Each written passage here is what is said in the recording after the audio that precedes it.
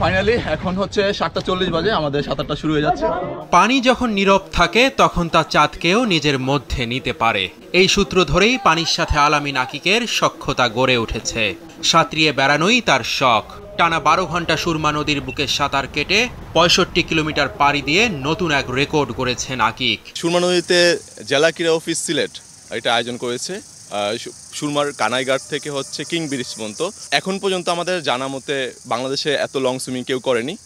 আর যেহেতু long swimming নিয়ে আমি গত 3-4 বছরের বেশি হচ্ছে সুইমিং করতেছি বা কাজ করতেছি, লং সুইমিংয়ের যে টিমটা বাংলাদেশে আছে তাদের টিমের সাথে এটা করা হয়েছে। তো আমরা যদি এতদিন পর্যন্ত যারা লং সুইমিং করে আমরা যদি জানতাম, তাহলে তাদের অবশ্যই আমরা খোঁজ পাইতাম। সুরমা ছাড়াও ভয়ঙ্কর যমুনা, খরস্রোতা পদ্মার বুকেও দীর্ঘ সময় সাঁতার কেটেছেন তিনি। টেকনাফ থেকে তেঁতুলিয়া সাঁতরিয়েই সেন্ট মার্টিন গিয়েছিলেন আকিক। বাংলা চ্যানেল পাড়ি দিতে সময় নিয়েছিলেন 5 ঘন্টা 47 মিনিট। পানির মধ্যে ভয়ঙ্কর অনেক অভিজ্ঞতার কথা মাছরাঙাকে জানিয়েছেন এই তরুণ। টেকনাফ থেকে সেন্ট মার্টিন আমি পাড়ি দিয়েছিলাম, যেটাকে বাংলা চ্যানেল বলে। টেকনাফ শাহপুরী দ্বীপ থেকে সেন্ট মার্টিন পর্যন্ত সাগরের এই 16.1 কিলোমিটার সমুদ্রের জলপথকে বলা হয় বাংলা চ্যানেল। তো বাংলা চ্যানেল আমি 2021 সালের ডিসেম্বর মাসে 20 তারিখে ক্রস করেছিলাম 5 ঘন্টা 47 মিনিট সময় নিয়ে। উত্তাল সাগরের মধ্যে মানে নিজেকে প্রচণ্ড পরিমাণে হচ্ছে যুদ্ধ করে এক পর্যায়ে বলা যায় যে আমি টেকনাফ থেকে সেন্ট মার্টিন গিয়েছি। প্রতি মুহূর্তে আমার 5 ঘন্টা 47 মিনিট প্রতি মুহূর্তে আমাকে সাগরের সাথে যুদ্ধ করতে হয়েছে। আর আমাদের এই সুইমিংটা হচ্ছে ফিনার রুল অনুযায়ী হয়, ইন্টারন্যাশনাল ফিনার রুল অনুযায়ী। আমি যখন সুইমিং করব, ওই সুইমিং করা অবস্থায় কোনোভাবে আমাকে কোনো কিছুতে টাচ করতে পারবো না। মানে আমাদের পাশে হয়তো লাইফ সাপোর্টের জন্য একটা নৌকা থাকে বা বোট থাকে বা টাক বোট থাকে, কিন্তু ওই টাক বোট আমি ধরতে পারবো না।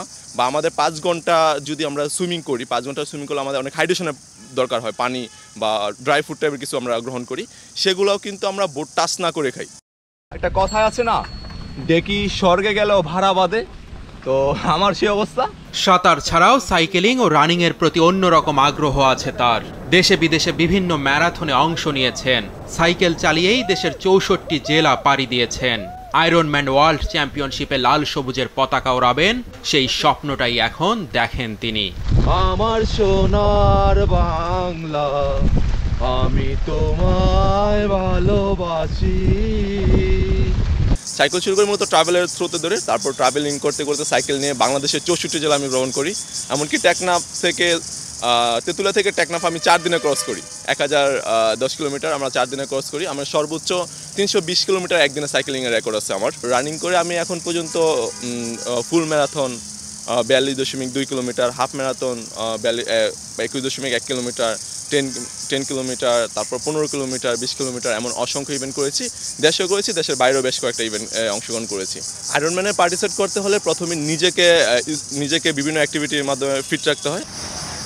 The centre for injury prevention and research Bangladesh এবং ICCDRB এর গবেষণায় দেখা গেছে, বাংলাদেশে প্রতি বছর প্রায় 14,000 শিশু পানিতে ডুবেই মারা যায়। প্রতিদিন গড়ে 40 জনের প্রাণ যায় পানিতেই। তাই সন্তানদের যেন বাবা মায়েরা সাঁতার শেখান, সে বিষয়ে সচেতনতা তৈরি করতে কাজ চালিয়ে যাচ্ছেন আলামিন আকিক।